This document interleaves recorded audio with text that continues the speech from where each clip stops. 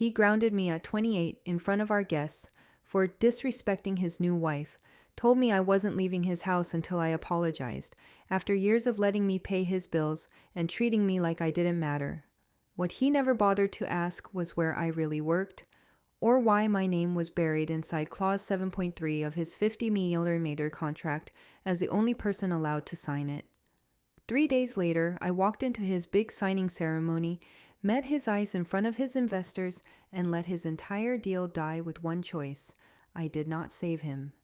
On the night everything snapped, the house looked like a magazine spread, all white flowers and polished glass, the kind of birthday party you throw when you care more about appearances than people.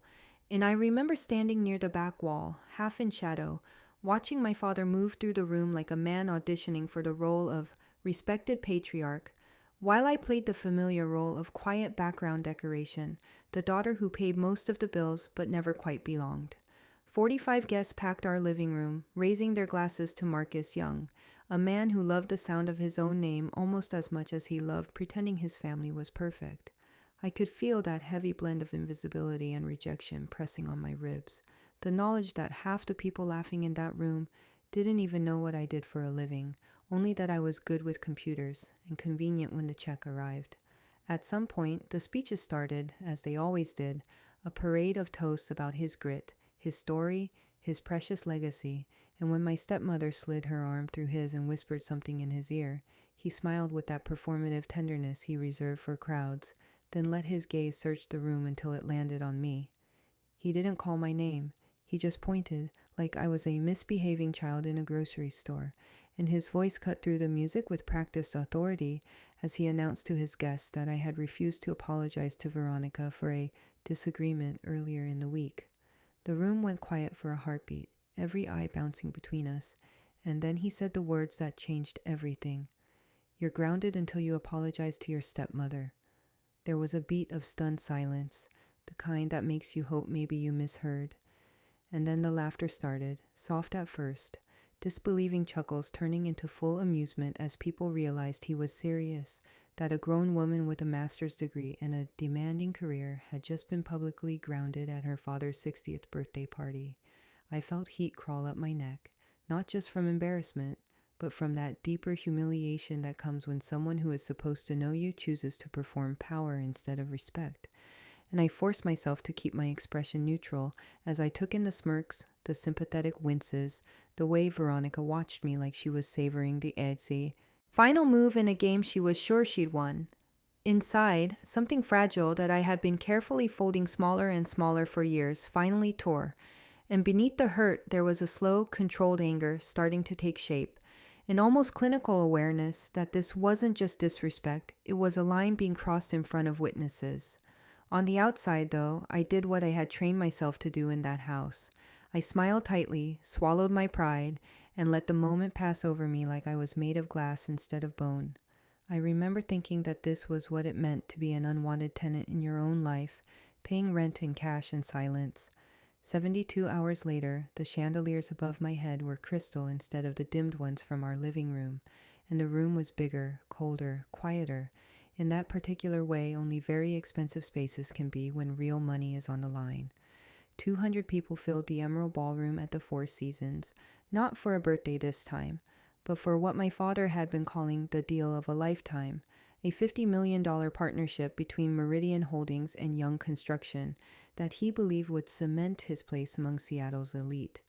Cameras had been set up for the live stream, reporters clustered near the back wall, and I watched from just outside the main doors as Marcus took his place at the signing table, chest puffed, pen poised, the picture of triumph. For a moment, I almost felt sorry for him, because I knew something he didn't.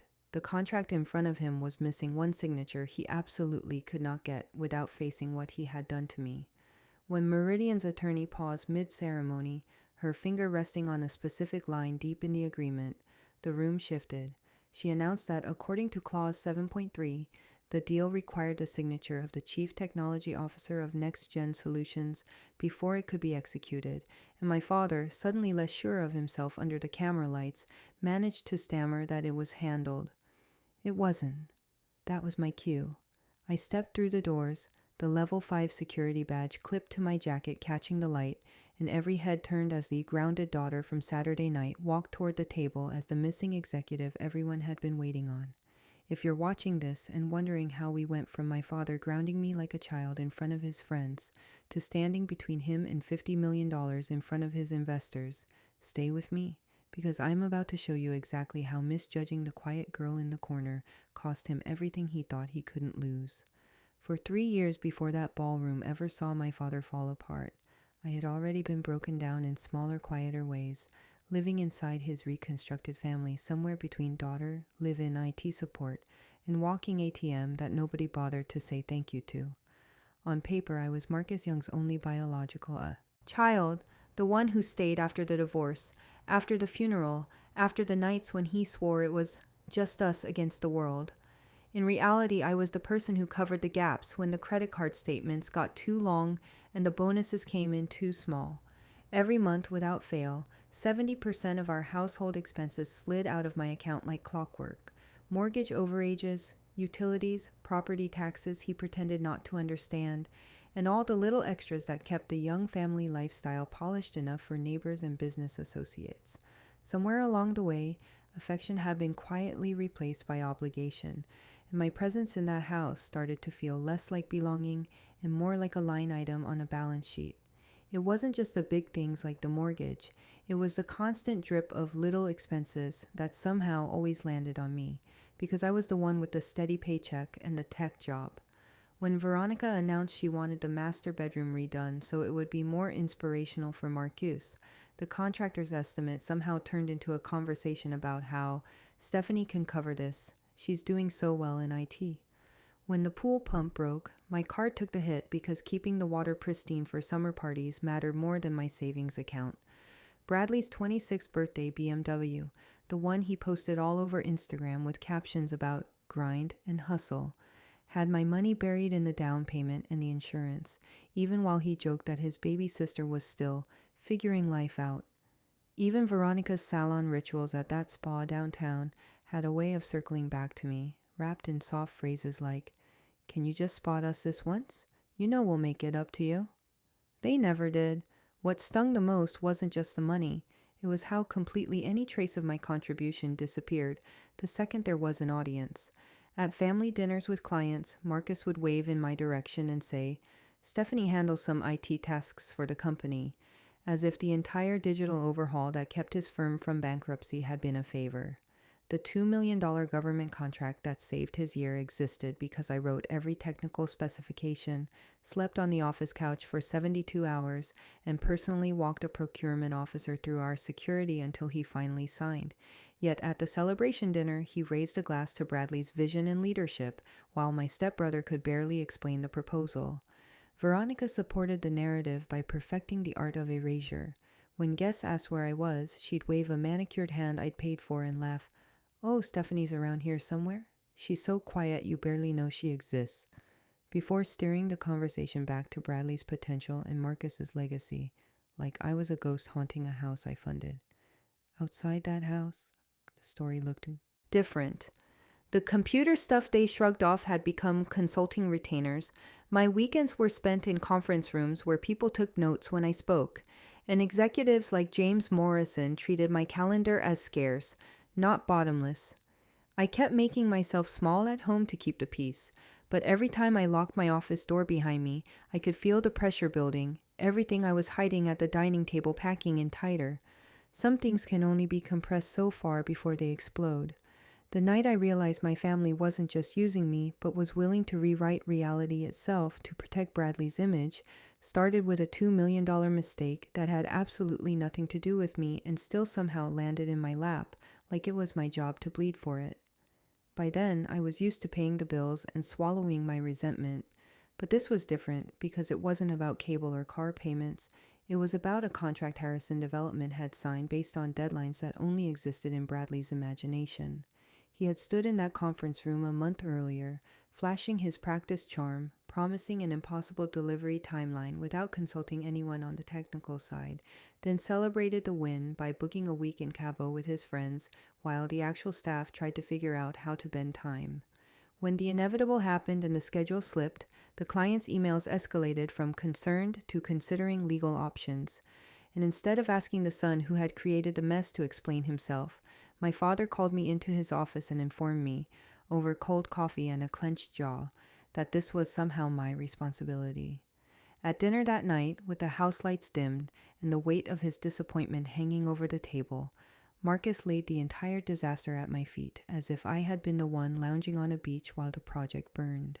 He slammed his fork down and told me I should have been supervising my brother, that I knew Bradley was still learning the business, that if I had stepped in earlier, Harrison Development would be thrilled instead of furious. The accusation settled over me like a heavy wet blanket, suffocating in its unfairness, and before I could even respond, Veronica slipped into the conversation with that smooth, controlled tone she reserved for moral lectures, reminding me that family supports family, that Bradley was counting on me to have his back, as if my actual job description included cleaning up his recklessness for free. There was a specific kind of humiliation in being told you were responsible for the fallout of choices you didn't make, all while the person who made them was posting vacation photos from a cabana. Later that evening, after everyone dispersed to their corners of the house, my laptop chimed with a new email, and when I saw the subject line from Harrison Development, my stomach dropped, fully expecting another threat of legal action. Instead, I opened a detailed message from their project lead, praising my exceptional problem-solving and professional integrity in stabilizing the situation, even though I had only been pulled in at the last minute to salvage a few pieces. They didn't just thank me. They explicitly requested that all future work run through me personally and hinted that they were willing to expand the contract if I agreed to manage it. For a moment, I just stared at the screen, feeling that familiar mix of rejection and longing twist into something more complicated. Because here was objective proof from the outside world that I wasn't crazy, that I did have value, that I was the one keeping the wheels from coming off, and yet I knew exactly how this would be received at home. I forwarded the email to my father with a simple note, no commentary, just the facts in black and white, hoping that maybe this time evidence would matter more than narrative. 20 minutes later, instead of Marcus knocking on my door with an apology or even a grudging acknowledgement, it was Veronica standing there, perfectly composed, holding her phone with my message open, and she didn't bother with small talk before instructing me to delete it. She said Harrison's praise was great for the company, but that what the family really needed was a win on Bradley's resume, that we couldn't risk a client seeing him sidelined while I stood out, that my father agreed it was better for everyone if the email just disappeared, and the story became that Bradley had repaired the relationship. In one breath, she managed to shrink my achievement down to a threat and inflate his incompetence into something deserving of protection, all under the banner of what was best for the family, as if my individual merit was selfish, even dangerous. On the surface, I nodded, letting her think I would comply, but inside something shifted, that slow-burning anger hardening into a colder, more strategic resolve. I sat back down at my desk, reopened the message, and instead of deleting it, I forwarded it to my personal account, then to my attorney, Sarah Coleman, with a short subject line that felt like crossing a line I couldn't uncross. Document number 1. In that moment, I stopped playing along with their version of events and started building a record of my own. A quiet archive of every time they tried to erase me, every instance of pressure and manipulation, every place where the truth diverged from the story they told at dinner parties. That email never did reach my father's official inbox, but it didn't vanish the way Veronica hoped. It stepped into a different role entirely, waiting patiently in a folder on Sarah's server, preserving in corporate language and client stationery the fact that when everything went wrong, I was the one who fixed it. What none of them knew, sitting around that dining table, blaming me for a trip Bradley booked to Cabo, was that this deleted email would one day be printed, highlighted, and laid in front of them in a room full of witnesses when the stakes, and the dollar signs attached to their lies, were far higher than a single $2 million contract. The same weekends my family liked to joke that I was upstairs, playing with computers, I was actually stepping out of an elevator on the 20th floor of Rainier Tower, swiping into an office with my name etched on the glass, living a life so far removed from the version they assigned me that sometimes even I felt like I was watching two different women exist in parallel. At home, the story was simple and convenient for everyone but me.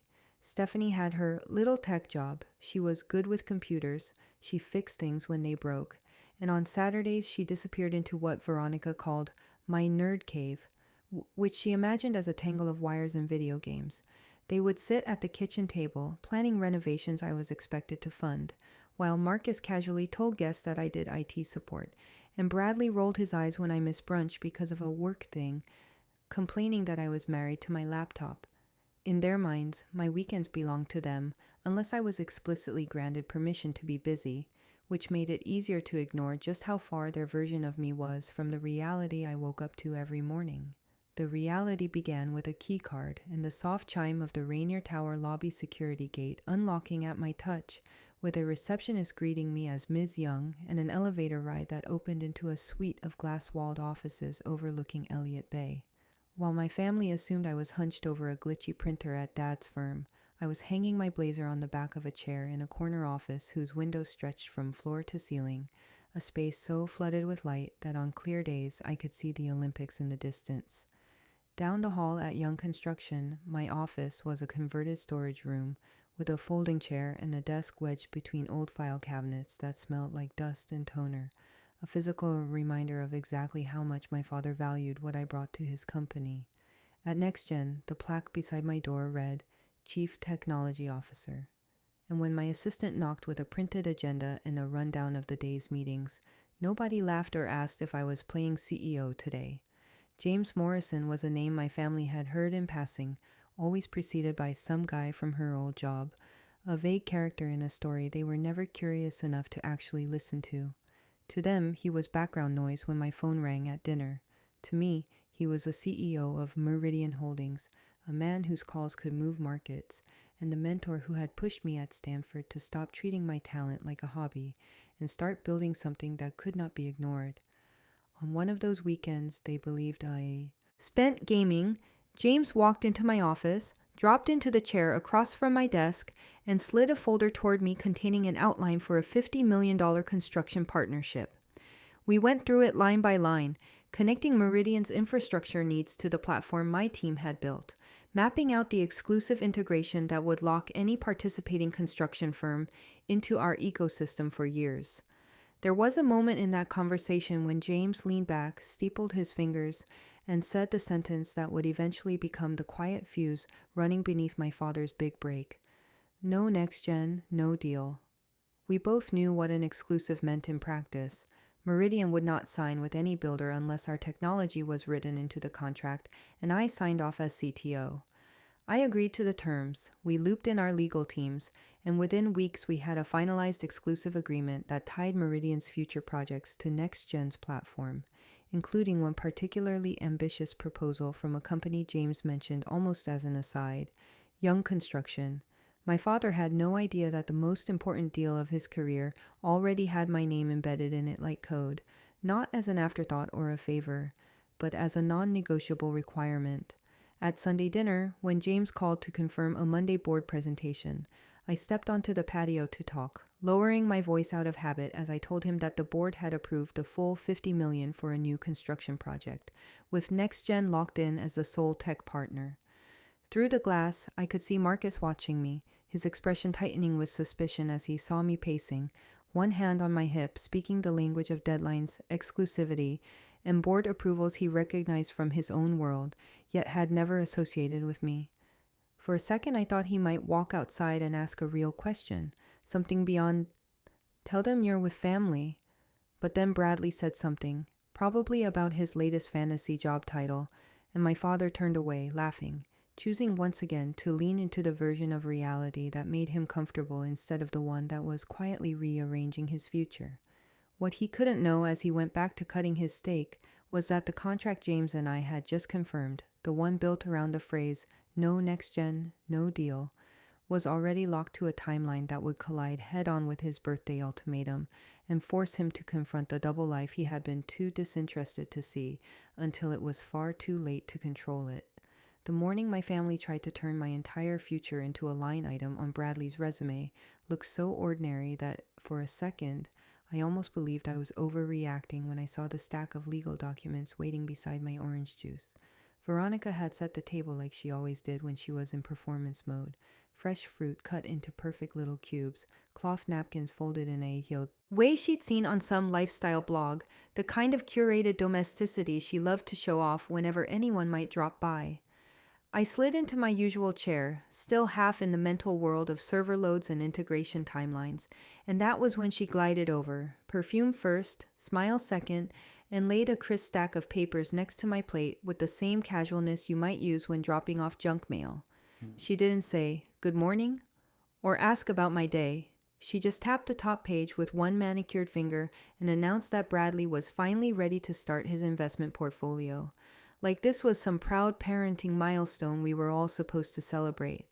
There was a bright, almost rehearsed lightness in her tone that immediately made my stomach knot, because in my experience, Veronica was only that cheerful when she was about to do something cruel and needed plausible deniability.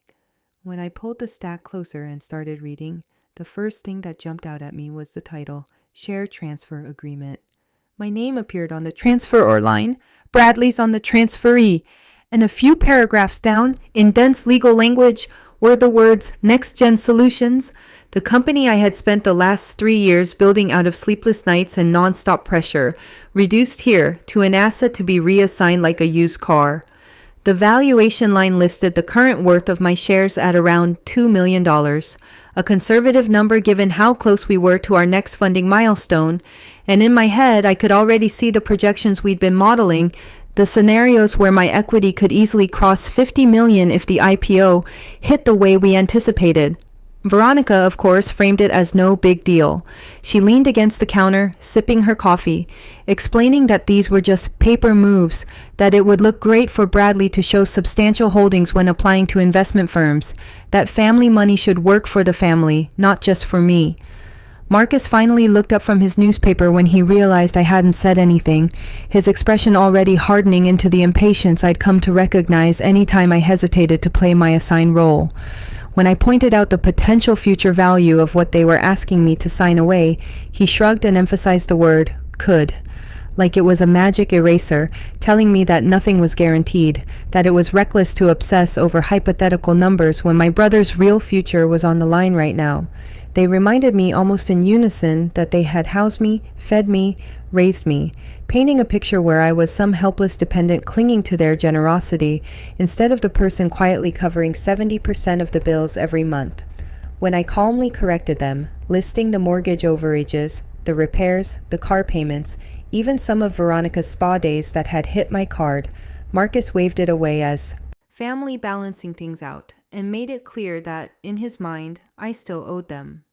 As he spoke, there was a moment where his features blurred, and another image fought its way to the front of my mind. The fluorescent wash of hospital parking lot lights 5 years earlier, the night my mother died, his hand gripping mine so tightly it hurt as he whispered that it was just us now, that he would always be on my side, that even if the whole world turned against me, I would still have him in my corner. Standing in the kitchen now, listening to him justify why my work should be stripped off my name and wrapped around Bradley's career like a bow, I realized how completely that man had vanished. The father who helped me debug my first lines of code in our cramped old living room had been replaced by someone who could look me in the eye and tell me it was selfish not to hand over the company I built to a stepbrother who couldn't even explain what we did. The betrayal wasn't just financial, it was personal. A total rewriting of everything he had ever promised about who we were to each other. When I said I needed time to think, the room temperature dropped. Veronica's voice lost its fake warmth and sharpened into accusation as she asked what there was to think about, unless you don't trust your own family, weaponizing the word trust in a way that almost made me laugh. Marcus didn't raise his voice. If anything, it was the quietness that made what he said next so chilling. He told me that his 60th birthday party was that weekend, that 45 important people were coming, and that he expected me to sign the documents by then so we could celebrate as a united family. If I chose not to, he continued, staring at me over the rim of his mug, then he would have to reconsider my place in this family. A phrase so deliberately vague that it managed to threaten both emotional and physical exile in one breath. I slid the papers into my bag, my hand steady even as my heart hammered against my ribs, and nodded slowly so they could see what they wanted to see, that old familiar submissive daughter routine they were used to. Out loud I said, I understand. I'll give you my answer at your party. And watched the relief ripple across their faces, saw Veronica already planning her victory speech in front of the guests. Inside, though, that slow burning anger had cooled into something else, something clearer and far more dangerous, because for the first time, I wasn't weighing whether I could live without their approval. I was finally asking whether I wanted to keep paying such a high price to stay in a family that was willing to strip me for parts.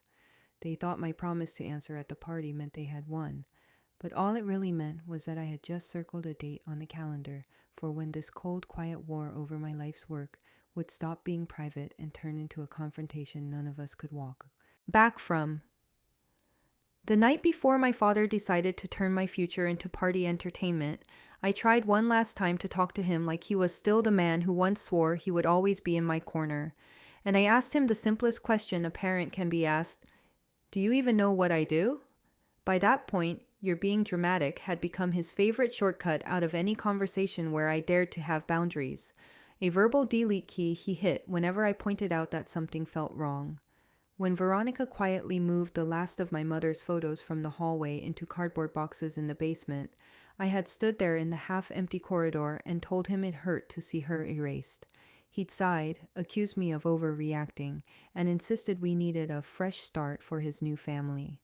When Bradley was given the office I had personally renovated, complete with the ergonomic chair and dual monitors I paid for, and I was shifted into the converted storage room, I told him it felt like a demotion in my own life. He rolled his eyes and reminded me that titles weren't everything, that I was lucky to have a desk at all. Every time I tried to name the pattern, to put words to the steady drip of erasure and entitlement, the response was the same. I was too sensitive, dramatic, and should be grateful for what I had, as if gratitude meant ignoring the way they kept taking. After the shares ultimatum, the phrases started looping in my head like bad code. Family shares everything. We've given you so much. Don't you trust us? Scripted lines that sounded less like love and more like a sales pitch someone had rehearsed in front of a mirror. By Wednesday night, the weight of everything, the Harrison email, the share transfer papers, the birthday deadline, the knowledge that my father was betting his biggest deal on a tech partnership he didn't understand, had pushed me past a breaking point I didn't recognize until I heard myself knocking on the door of his study. The light from his desk lamp spilled into the hallway as he called for me to come in, and I stepped into the space that had once felt like the safest room in the house, back when I was a kid doing homework on the floor while he bid on jobs and told me I was the smartest person he knew. Now the air felt crowded with numbers and desperation. Spreadsheets were spread across the desk, meridian projections pinned in neat stacks, and right in the middle of it all sat the share transfer agreement, with my name already printed on the signature line, as if my consent was a detail he fully expected to fall into place. I asked if we could talk, just the two of us, and for a moment he looked almost tired enough to say yes, in the way that might actually mean listening. But then his jaw tightened, and he went straight to the script about how there was nothing left to discuss, that Veronica was right about family sharing everything, that he needed me to step up and stop making things difficult. When I told him that what he was asking for wasn't sharing, but taking, that it felt like he had decided I was a bottomless resource he could tap whenever his new family wanted to upgrade their life, he gave me a thin, patient smile and called me resourceful, in a tone that made the word feel like an insult. He said I always landed on my feet, that I would figure something out, the same way cockroaches figure out how to survive nuclear winters, and in that moment I understood that in his mind, my resilience wasn't something to protect, it was something to exploit. The question came out of me before I could overthink it, rising from some raw place that was just tired of being edited for his comfort. I asked, "Do you even know what I do, Dad? Do you know where I work, what my actual job is?"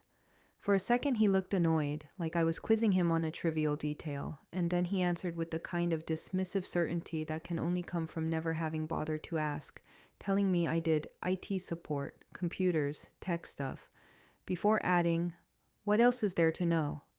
The words hit harder than any raised voice could have, because they made one thing blindingly clear.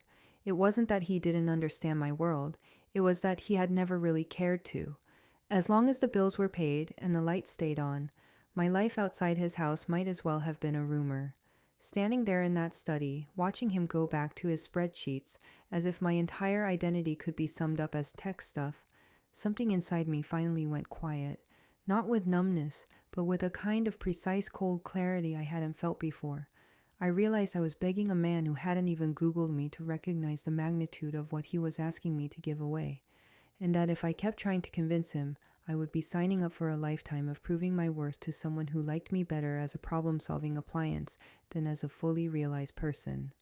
So instead of arguing, I stepped back emotionally, storing this moment alongside the Harrison email and the share papers, another entry in the growing file of who he had chosen to be.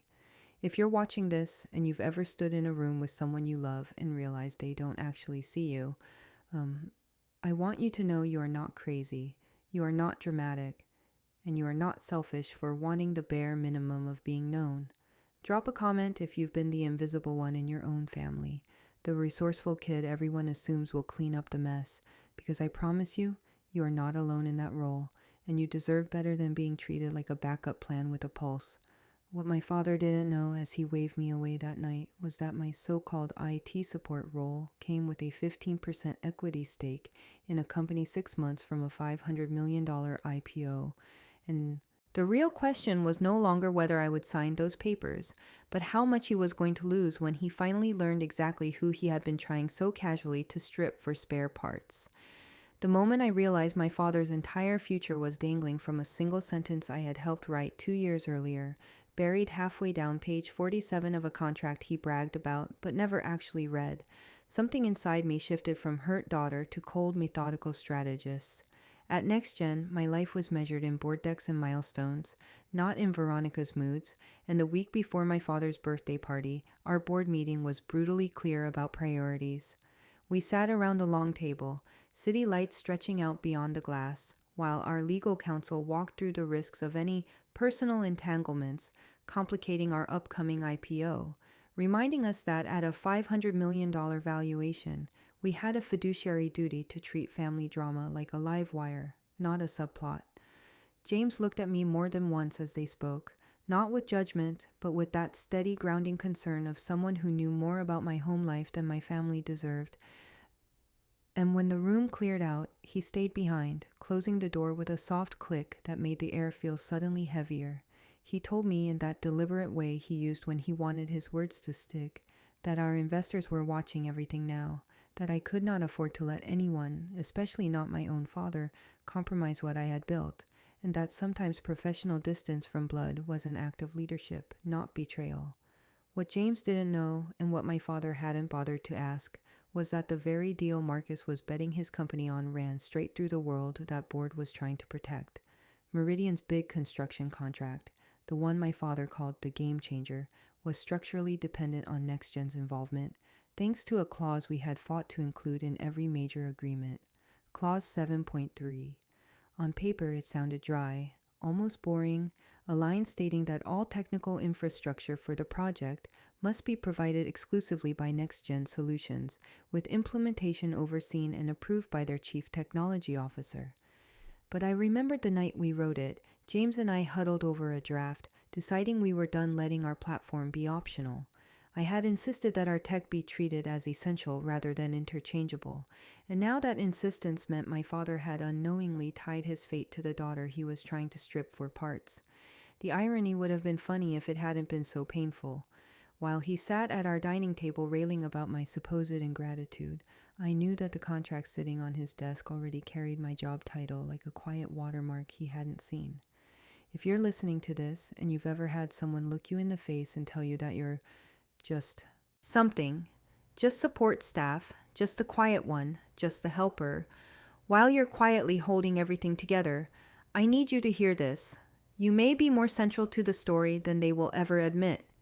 I spent years shrinking myself in that house so I wouldn't rock the boat, telling myself that invisibility was the price of peace. But the more they demanded my money, my credit, my shares, the more I realized that what they called family loyalty was actually dependence on the parts of me they refused to acknowledge. The anger that had once felt hot and chaotic was cooling into something steadier. A slow burning resolve that whispered, document everything, move carefully, and stop giving your power away. That quiet voice stayed with me on Thursday night when I walked into a dining room that felt less like family dinner and more like a courtroom stage for my conviction. Veronica had invited reinforcements, her sister and brother in law seated at the table, ready made witnesses for the performance she was about to give. The conversation started off light, circling gossip and work, until she pivoted with that practiced sigh toward how heartbreaking it was that I was being stubborn about helping Bradley, framing my refusal to sign away my shares as if I were hoarding food in a famine. Marcus backed her up, talking about all they had done for me, how disappointed he was in my selfishness, and then, for good measure, they dragged my mother's memory into it, implying she would be ashamed of me for not supporting my brother. Sitting there, listening to them stack guilt on top of gaslighting in front of an audience, I felt something inside me go very still. It was like watching a play I had seen 100 times, but suddenly noticing the stage lights and the seams in the costumes. When Marcus announced, in that quiet, dangerous tone of his, that if I didn't sign the share transfer at his birthday party, he would remove me from his will, and we would need to discuss my living arrangements, the threat didn't land the way he intended. He thought he was dangling survival over my head. He had no idea that emotionally I had moved out of that house 3 years earlier when they first started treating me like a guest with a debit card instead of his daughter. I left the table without slamming my chair, without raising my voice, and walked 3 blocks to my car, my hands trembling only when I finally closed the door and the house was out of sight. From the driver's seat, bathed in the harsh glow of the street lamp, I pulled out my phone and called Sarah Coleman, the attorney who already had the Harrison email saved under document number 1. I sent her scans of the share transfer agreement, my voice steady as I summarized the threats and deadlines, and waited while she read in silence on the other end. When she finally spoke, her tone had lost the usual casual warmth. She told me the valuation listed was wildly out of step with NextGen's current numbers, that pressuring me to sign under those conditions could cross from unethical into fraudulent. And then she said she recognized a familiar name buried in another set of documents she had pulled at my request. Meridian's draft contract with Young Construction, complete with Clause 7.3 tying them to NextGen, and explicitly to my role as CTO. Sarah went quiet for a beat, then let out a low breath and said, "Stephanie, this changes everything." And in that moment, the entire boardroom lecture about fiduciary duty, every "you're being dramatic" my father had thrown at me, every quiet insult about my little tech job, snapped into alignment like pieces in a puzzle I had been too tired to finish. I realized that my next steps couldn't just be about protecting my shares. They had to be about documenting, in excruciating detail, exactly how this family tried to corner me, because when that birthday party curtain finally went up, I wasn't just going to endure their performance. I was going to make sure I had the receipts when the rest of the world finally saw who they really were. By the time I hung up, the question in my mind was no longer whether my father could force me to sign. It was how publicly he was going to implode when he discovered, in front of his peers and partners, that the daughter he'd been calling dramatic held the one signature clause 7.3, refused to let him live without. They didn't call it an intervention, but when you walk into your own dining room and find half the extended family already seated like a jury, you know exactly who's on trial and what the verdict is supposed to be. Friday night, the house felt wrong before I even stepped fully inside. There were too many cars in the driveway, too many unfamiliar coats on the rack by the door, and when I walked into the dining room, Veronica's sister and brother-in-law were already sitting at the table, flanked by 2 cousins I barely saw outside of holiday cards.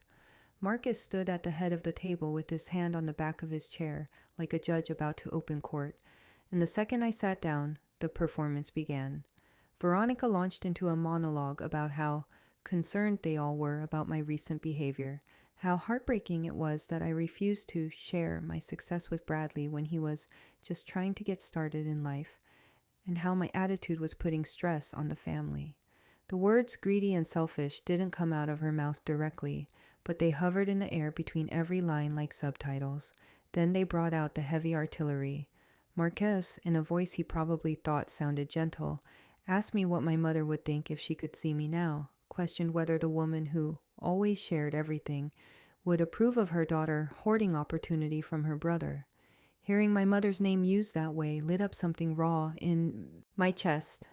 This was the same man who had let Veronica box up her photos and shove them into the basement.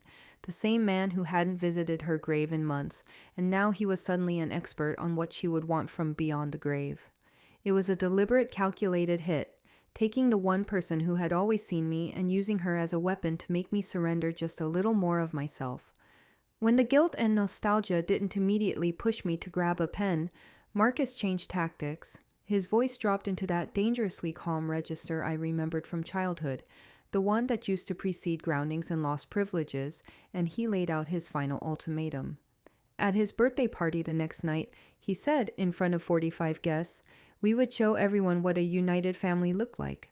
I would sign the next-gen share transfer to Bradley, apologize for my behavior, and put all this ugliness behind us. If I didn't, he continued, then he would have no choice but to reconsider whether I was still his daughter, whether I had a place in his will, whether I had a place in his home at all. Around the table, heads shook in rehearsed disappointment, and someone actually muttered that it would be unthinkable for me to betray family like that. I felt the familiar wave of rejection and hurt rise up, but it broke differently this time. Instead of crashing over me, it seemed to recede, leaving behind a clear shoreline.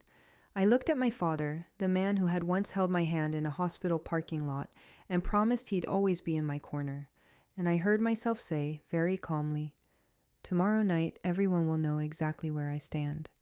He smiled, relieved, misreading my words as surrender, and Veronica's shoulders loosened like she'd just secured the final signature on a deal. No one at that table realized that I wasn't agreeing to their terms. I was simply confirming the date and time of the last time they would ever ambush me like this. The next morning, the house was busy with party prep, the kind of frantic, polished chaos Marcus loved. I was on my way past his study when I heard his voice through the half-closed door, loud with excitement as he spoke on speakerphone to his brother Tom. He was bragging about the Meridian deal, calling it a $50 million game changer, promising that once they signed on Monday, Young Construction would be operating in a whole new league. Tom asked if everything was locked in, especially the tech component, and Marcus replied with absolute confidence that it was handled through some startup called NextGen, adding that his guy knew someone there, like it was a favor he'd pulled rather than a binding legal agreement he didn't understand. Through the gap in the doorway, I could see the printed Meridian contract draft spread out on his desk, pages fanned like a deck of cards.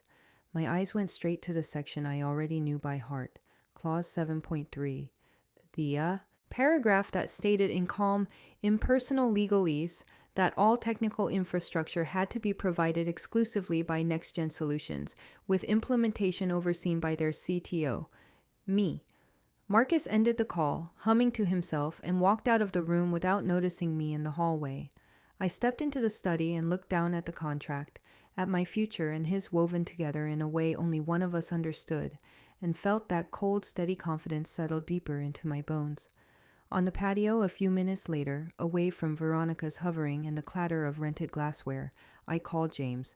I asked if everything was still set for Monday's signing, and he confirmed that Meridian's board expected me there in person, that security would have my Level 5 badge ready, and that Clause 7.3 was, in his words, absolutely non-negotiable. I told him about the pressure at home, carefully sanitized but clear enough, and asked if their legal team could make sure the exclusive agreement was explicitly referenced during the ceremony. James was quiet for a second, then reminded me that this entire structure, the exclusivity, the requirement for my signature, the leverage, had been my idea, that I had insisted on not letting our technology be treated as optional. You own this, he said, and for the first time in days, I felt fully like the architect of something, rather than just the target of everyone else's plans. When the call ended, I went upstairs and began physically doing what I'd already done emotionally. I started to leave. I packed my important clothes, my documents, my backups, my mother's jewelry, all the pieces of my life that wouldn't be safe in that house once they realized I wasn't going to break the way they expected. I put my passports and my CTO badge into my bag, texted Sarah to confirm she would have notarized copies of the Meridian NextGen exclusivity agreement ready, and laid my house key on the dresser next to a short note for my father that said, I respect your decision. This is mine.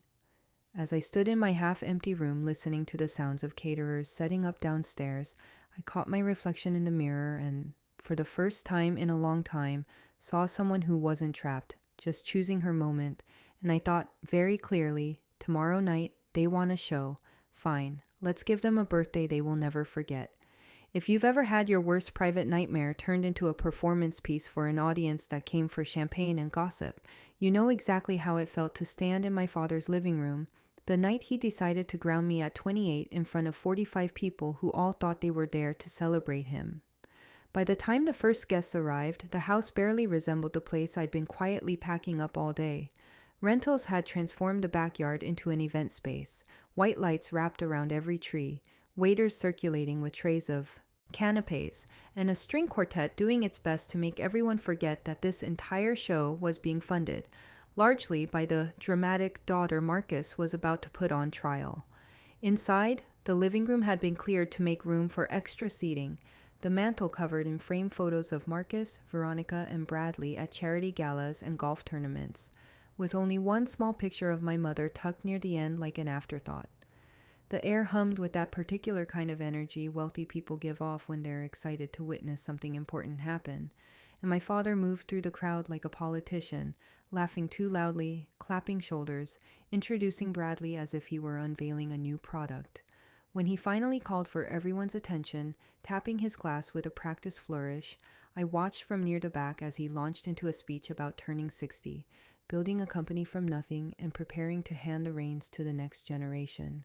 He gestured toward Bradley, calling him the future of young construction, and my stepbrother stumbled forward, already a few drinks in, grinning with the sloppy confidence of a man who had never once had to back his promises with actual work. Mrs. Henderson, one of the few guests who had ever bothered to ask me more than surface-level questions, raised her hand and asked if I was still involved with the business, and Marcus actually laughed, waving in my direction as he told the room I helped with basic IT and admin stuff, the way you might describe a reliable office intern who ordered toner. The dismissal stung, but it was such a familiar flavor of rejection that I almost could have predicted the words before he said them. Then Veronica took center stage. Draped in diamonds I had quietly paid down over the last year, she stepped beside Marcus, linked her arm through his, and told everyone she had a beautiful announcement about family unity and support. She called my name in that sugary tone that always meant trouble, and motioned me to the front like a magician about to reveal a trick. As I walked through the crowd, I could feel the slow burn of humiliation rising in my chest, the knowledge that every eye in that room was on me, waiting to see whether I would play the obliging daughter or do something messy enough to tell their friends about later. Veronica announced with a radiant smile that I had generously agreed to transfer my next-gen shares to help launch Bradley's investment career, framing it as a selfless act of sisterly love, and there was a polite ripple of applause from people who had no idea what they were clapping for. I let the silence hang for a heartbeat longer than was comfortable before I spoke. In a level voice that surprised even me, I said, "I haven't agreed to anything," and watched the room freeze. Veronica's smile cracked at the edges, then snapped back into place as she insisted I was just being shy about talking numbers, but I didn't give her the chance to rewrite the script. I broke the invisibility that had defined my place in this family for 3 years and laid out the facts, the current value of my shares, the projected $50 million upside after the IPO, the reality that Bradley had contributed nothing to building that company while I had been paying most of the bills under this roof. I said clearly that what they were asking me to do was not sharing. It was signing over the bulk of my future to someone who treated my work like a cheat code he was entitled to use. The expressions in the crowd shifted from polite interest to something sharper. Curiosity, unease, the dawning realization that this was not the tidy family moment they had been promised. Marcus's face flushed a deep warning red, and he reached for his favorite weaponized phrase, telling me in front of everyone that I was being dramatic again, that I was embarrassing him, that I was making a simple family matter into a scene. He accused me of disrespecting Veronica, of undermining Bradley, of forgetting everything they had done for me, his voice rising in pitch as he realized the room was no longer fully on his side. Someone near the back muttered that the numbers I'd mentioned sounded serious, and Mrs. Henderson's husband frowned in a way that suggested he could do the math in his head. The more I simply stood there and refused to fold, the more frantic my father became, until finally, backed into a corner of his own making, he went for the nuclear option. With his shoulders squared and his glass still in his hand like a gavel, Marcus announced to the entire room that if I insisted on behaving like a child, I would be treated like one. He pointed at me, the way he had when I was 8, and tracked mud across the hallway carpet, and declared, "You are grounded until you apologize to your stepmother." For a full second, you could hear nothing but the faint hum of the air conditioning as everyone processed what he had just said, and then a few stunned laughs broke out, half disbelief, half uncomfortable amusement. Someone whispered, "She's 28," and another voice answered, "Did he really just ground her?" The humiliation landed like a punch, but underneath it there was a strange, surreal clarity. This was who he was willing to be in public, and any doubt I had left about my place in his hierarchy evaporated. Not satisfied with the spectacle yet, Marcus doubled down, telling me I had 2 choices: sign the share transfer and apologize to Veronica right there in front of his guests, or consider myself no longer his daughter. It was the same ultimatum he had given at the dining table the night before, only now he had upgraded the audience from a handful of relatives to nearly everyone whose opinion he cared about professionally and socially. I looked around the room at the faces watching us, the sympathetic, the judgmental, the openly fascinated, and realized that whatever I did next would be the moment they remembered, the story they told when my father's name came up at future dinners. My heart was racing, but my voice, when it came, was steady. "All right," I said, letting the word hang there just long enough for Veronica's shoulders to drop in relief. "I'm grounded. I should go to my room." And before Marcus could process that, I had agreed to his terms literally, but not in the way he imagined. I set my untouched champagne flute on the nearest table, turned my back on the entire scene, and walked out of the room with my spine straight, leaving the murmurs and the music and the weight of his ultimatum behind me. What no one at that party understood as I climbed the stairs and then slipped out a side door was that I wasn't retreating to sulk like a punished child. I was walking away from the stage they'd built for my humiliation and heading toward a different room entirely. The Four Seasons Ballroom, where, for the first time in my life, I would be the one holding the script and the power to decide how the story ended. The thing about being grounded at 28 is that it only works if you haven't already packed your life into the trunk of your car before everyone raises their glasses to your humiliation. When I slipped out of the crowded living room and into the side hallway, the noise of clinking glasses and forced laughter dulled behind me, like someone slowly turning down the volume on a show I was no longer interested in watching. Outside, my Honda Civic waited exactly where I left it, trunk already loaded with the only parts of my life I wasn't willing to lose: my documents, encrypted backups, a week's worth of clothes, and my mother's jewelry wrapped in an old sweater she used to wear on cold movie nights. I sat behind the wheel for a moment, hands steady, realizing with a strange calm that my father's threat had arrived too late. He couldn't trap me in a house I'd already started leaving piece by piece. I went back in one last time, not through the main door where the guests were, but through the kitchen, where caterers pretended not to notice the drama they'd wandered into. On the counter, between trays of untouched desserts, I set my house key down and placed a folded note on top of it. "I respect your decision, Dad. This is mine."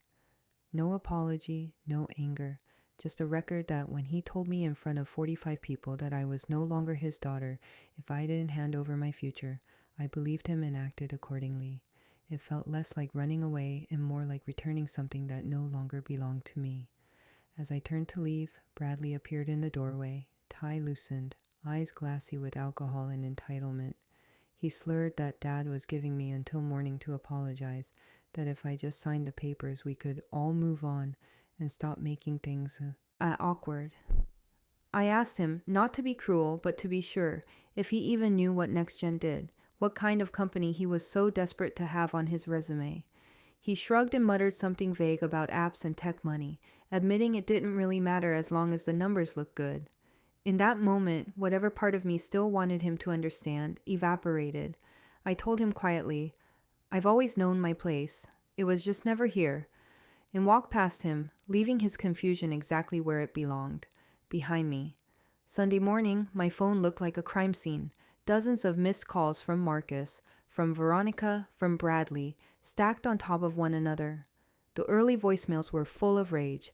My father demanding to know where I was, accusing me of disrespect, insisting that family doesn't run. As the hours passed and they opened my door to find an empty room, as they saw the missing boxes and the note by the key, the tone shifted from anger to fear. Marcus called again and again, his voice cracking as he explained that Sarah Coleman had told him she now represented me, and that any communication had to go through her firm. He tried to play the concerned parent card, hinting that maybe I was having a breakdown, because the only way he could make sense of me setting a boundary was to assume I'd lost my mind. One voicemail stood out. In it, his voice was thinner, almost small, as he said that James Morrison had called about Monday's signing and casually asked if I would be attending. "Why would he ask that?" my father said, as if the world had gone off script. You could hear the panic beneath the question. For the first time, he seemed to realize there was a part of this story he didn't control, and never had. While he paced that house, replaying old assumptions, I was in the quiet of my downtown apartment, the one they never knew existed, making coffee in my own kitchen and answering emails from my team like it was any other Sunday. That afternoon, James called me directly. His tone was calm, the tone of a man focused on logistics, not drama. He confirmed the time and security protocols for Monday at the Four Seasons, reminded me that Meridian's board expected next-gen CTO to be physically present, and double-checked that I was still comfortable with the exclusivity of Clause 7.3. I told him yes, I would be there with my Level 5 badge, that our position hadn't changed, and that the timing, given everything that had just happened, was actually perfect. For the first time in a long time, I heard my own voice and recognized it as someone fully in control. So when the clock hit 3 p.m. on Monday and the Emerald Ballroom filled with cameras, investors, and my father's fragile confidence, I wasn't the grounded daughter sneaking out of trouble anymore. I was the missing signature clause 7.3 demanded, walking into a room where, for the first time, he would have to meet me on the terms I had written, not the ones he tried to force on me. 2 days after my father grounded me in his living room, I watched him step into the Emerald Ballroom at the Four Seasons, completely unaware that the one person he'd tried to shrink was about to decide in front of his entire world whether his $50 million dream lived or died. The room looked like everything he'd ever wanted, chandeliers throwing light across polished floors, Meridian's logo glowing on giant screens, rows of white chairs facing a long signing table dressed in navy. Around 200 people filled the space, Meridian executives, bankers, city officials, local press, and a live stream camera quietly pushed the event to investors around the country. From the side entrance, I watched Marcus laugh too loudly, clap shoulders, and tell anyone who would listen that this deal would change everything, still treating me like a ghost who'd slipped out of his narrative instead of the person holding the clause that anchored his contract. When James and the Meridian team entered, the energy shifted. People took their seats, conversations dimmed, and the host launched into a polished script about smart infrastructure, public-private partnership, and their exclusive technology collaboration with next-gen solutions. To most of the room, exclusive was a buzzword. To me, it was Clause 7.3, the line that said, "No next-gen, no project." Meridian's lead attorney laid 3 pristine copies of the contract on the table, summarized the numbers, then slid a pen toward my father. Cameras flashed as he signed the first copy with theatrical care, then the second, pausing to smile at the flashes. As he reached for the third, Patricia, Meridian's general counsel, flipped back several pages and tapped the middle of the document. Into the mic, she said they still needed to confirm compliance with Clause 7.3. The Clause 7.3 and obtain the required signature from NextGen's Chief Technology Officer before the agreement could be executed. Marcus gave a strained laugh and called it a formality, insisting his people had handled it. Patricia didn't flinch. She read the clause aloud, then added the name written there in black and white, CTO Stephanie Young. The silence that followed was different from polite quiet. This was the sound of 200 people realizing the story they'd been fed was missing its main character. That was my cue. The side doors opened, and I walked in wearing a navy suit built for boardrooms, my level 5 next gen badge clipped where every camera could catch it. I crossed the room, shook James's hand as he stood to greet me like the partner I was, then turned to face my father. His face had gone pale. "Hello, Dad," I said, my voice steady. "I heard you need my signature." I didn't argue. I presented. I set my security badge on the table, then a certified copy of NextGen's incorporation documents listing me as co-founder, then a recent valuation summary showing my 15% equity stake worth around $75 million. I added the notarized exclusivity agreement James and I had signed 2 years earlier, clearly stating that projects like this required my approval, and printed email threads between James and me mapping the integration Marcus had been bragging about as his victory. Around us, expression shifted from curiosity to disbelief as people quietly connected quiet IT daughter to architect of the thing we're actually buying. Veronica snapped first, accusing me of being cruel, of ambushing them, as if 3 years of erasing my work and trying to strip my shares had been a misunderstanding. Bradley muttered that this couldn't be right, that I just did computer stuff, and James calmly corrected him in front of everyone, explaining that without my platform and my consent, there was no deal. My father's bravado collapsed into pleading. He asked me to sign and discuss the rest later, warned me not to punish the company, said I was overreacting and letting emotions destroy everything, recycling the same lines he'd used in private, now limp and exposed in front of a live audience. I told him this wasn't revenge, it was self-respect. I reminded him that 48 hours earlier, he'd stood in his own living room and announced I was no longer his daughter if I didn't hand over my shares, that every time I tried to draw a line, he'd called me dramatic, that he'd tried to turn my life's work into a decoration for his stepson's resume. I said I could not, as a leader or as his daughter, attach NextGen, or my own name, to a company that treated people, especially family, as disposable once we stopped being convenient. Then I picked up the pen, felt the weight of it while every lens in the room focused on my hand, and set it back down on the blank line. I told Meridian that NextGen remained fully committed to their vision and would happily work with a construction partner whose values aligned with ours. I nodded to James, turned, and walked off the platform, leaving the contracts open and unsigned between my father and the future he thought he'd already secured. As I crossed that ballroom floor with the live stream still running and Marcus frozen in his chair, the question wasn't whether I was dramatic or ungrateful anymore. It was how much it was going to cost a man who built his image on power to finally learn that the one person he'd tried hardest to erase was the only signature Clause 7.3 would accept. The man who thought he could ground his 28-year-old daughter into obedience woke up to find out he was the one grounded by boards, markets, and the same word he'd used to humiliate me. Meridian didn't stall. As soon as I walked away from that unsigned contract, James stepped back to the mic and calmly announced they would not proceed with Young Construction due to non-compliance with Clause 7.3. The live stream caught every second, my father's frozen face, the closed letter folders, the quiet ending of a $50 million fantasy. By the next morning, clips were everywhere. Young Construction stock began to slide before the market even digested the analyst notes.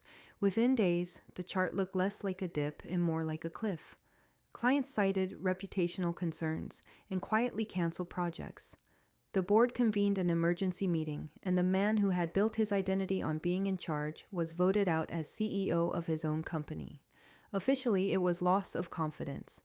Unofficially, it was the cost of not recognizing the value sitting at his own dinner table. The press chewed on the story like it had been starving for something this symbolic.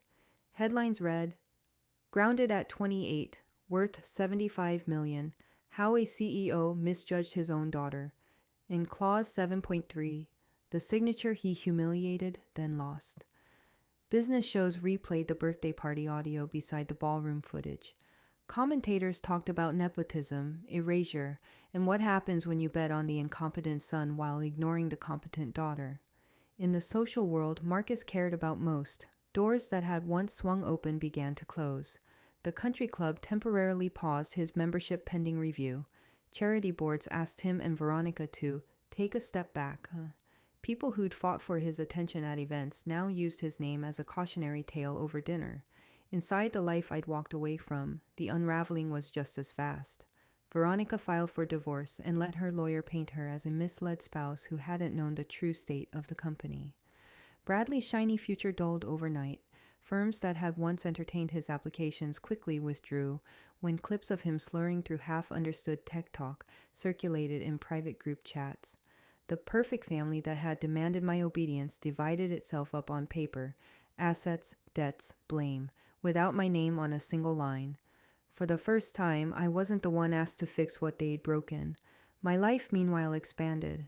Journalists called non-stop, but I only agreed to interviews that centered the work, not the drama. Forbes ran a profile on NextGen's platform and culture. TechCrunch focused on what we were building, not on my father's collapse. I put my energy into the thing that had always been mine: creation. We used the attention to hire talent, secure partnerships, and harden the narrative around what really mattered: execution, ethics, and the non-negotiable requirement that people be treated as more than tools. When NextGen went public at a multi-billion-dollar valuation, my equity turned into a number most people only see in headlines. It was surreal, yes, but more than that, it felt like proof that all those nights I'd spent coding in a house that refused to see me had not been wasted. I used some of that wealth to build what I wish I'd had: the Young Women in Tech Foundation, designed for girls whose families treat their ambition like an inconvenience or a wallet. We funded scholarships, legal consults, relocation stipends, laptops.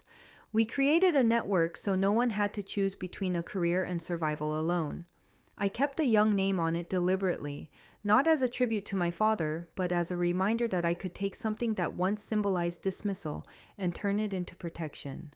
My chosen family formed around that work: James as partner and mentor, engineers who trusted my judgment, mentees who reminded me of my younger self, and Michael, a founder who never once asked me to shrink so he could shine. Months later, I was at a coffee shop near my office, reviewing expansion plans, when my father walked in. He looked older, not just worn but emptied out. He asked if he could sit. I gave him 10 minutes. He said he was sorry, no excuses, no spin, and for the first time I believed he understood at least part of what he'd done. But apology and access are two different things. I told him that if there was to be any kind of relationship, it would be under clear conditions: therapy, real and ongoing, no overlap between my business and his finances, ever. Honest acknowledgement of what happened with no misunderstandings, and zero tolerance for dismissing my boundaries as dramatic. We could start with coffee in public places once a month. Trust, I said, would not be assumed. It would be earned if it ever came back at all. He agreed. The work of actually doing that was his, not mine. People like to say success is the best revenge. Standing where I am now, I don't think in terms of revenge anymore. This feels more like justice, followed by something softer and stronger: self-respect. If you see yourself in this, if you've been the overlooked child, the invisible workhorse, the one they rely on but never really see, hear me clearly. Your worth is not tied to your family's ability or willingness to recognize it. Document what happens. Protect what you're building. Understand that no is a complete sentence, even when you're saying it to the people who raised you. My name is still Stephanie Young, not because I owe that to my father, but because I've rewritten what young means in my own story.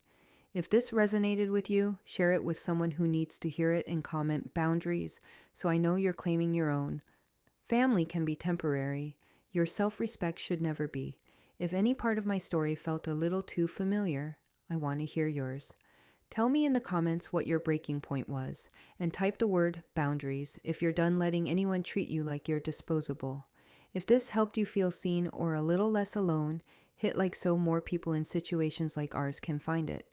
And if you want more stories about choosing yourself, calling out toxic family, and rebuilding from the ground up, make sure you subscribe and turn on notifications so you don't miss the next one.